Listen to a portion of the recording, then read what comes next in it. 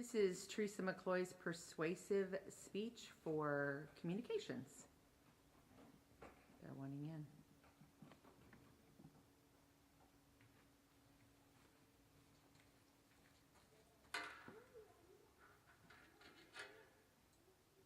Good afternoon. 2 years ago, I sat across the dining room table from my 24-year-old son as he shared with me he had an addiction to heroin. I had known for over a year that he was struggling with something, but my husband and I weren't sure what it was. I buried my head in the sand, praying that I would never have to walk the road of being that family. You know, the one that has a son with an addiction problem. God's taught me much over the past 2 years, and I am grateful I have grown to love my son in a different way. It's not been an easy road. It's a love that God calls us to as Christians, a love that sees beyond the failures that an addict feels each and every day and into the heart of the person that's suffering with a bond of addiction and showing him the love of Jesus. As a follower of Christ, we are all called to love one another as we have been loved by him, even those that suffer from addiction. It's difficult to not stand in judgment of the choices that an addict makes. I know that firsthand. But learning to love with the love of Jesus and setting healthy boundaries is what Christ calls us to do. Our family has lived with addiction for the past 3 years as our son has suffered with his addiction to heroin and alcohol. Through this speech, I hope to persuade you as a Christian to show the love and forgiveness to those that suffer from addiction and come and walk alongside someone with compassion into the process of a Christ-based recovery. I'll share with you the effects that addiction has on our culture and how Christians are called to show this love and compassion. So let's begin by looking at addiction in our culture today.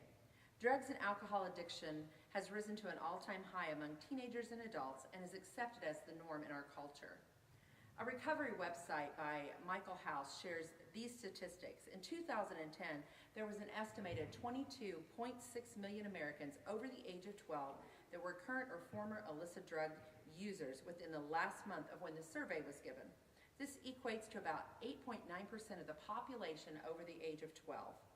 Another website, drugabuse.com, states that in 2012, 14.8% of high school seniors used a prescription drug, non-medically, and in the past year.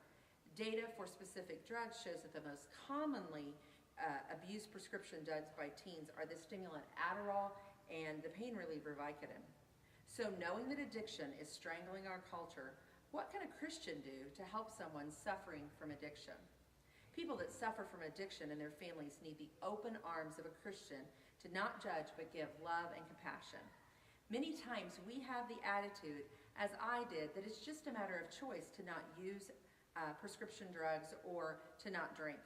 It's more than a choice. It's a combination of surrender to Christ and the sin that surrounds addiction and a daily plan of a Christ-centered recovery program.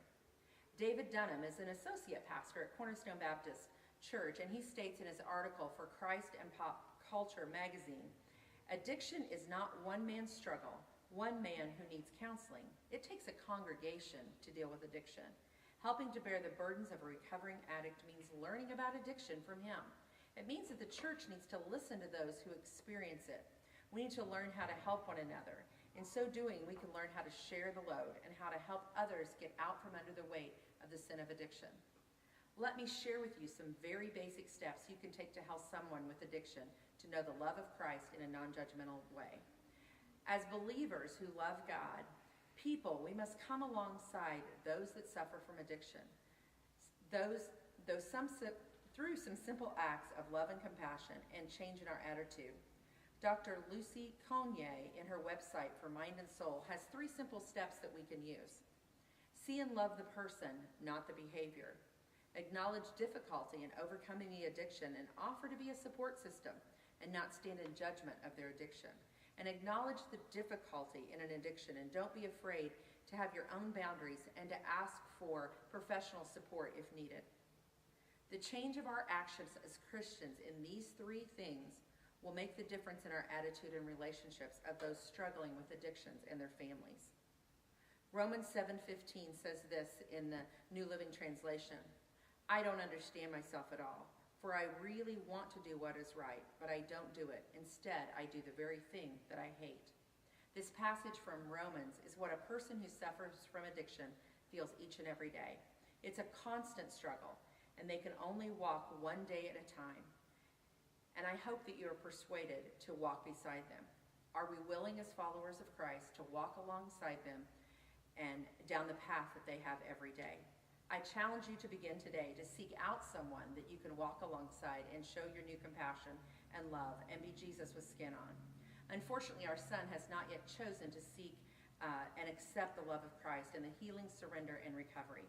As a family, we're choosing to treat him with that Christ-like love and not be concerned with how others view our family, as we know that true healing comes through the power of Jesus Christ. Thank you. Done. I better have worked this time.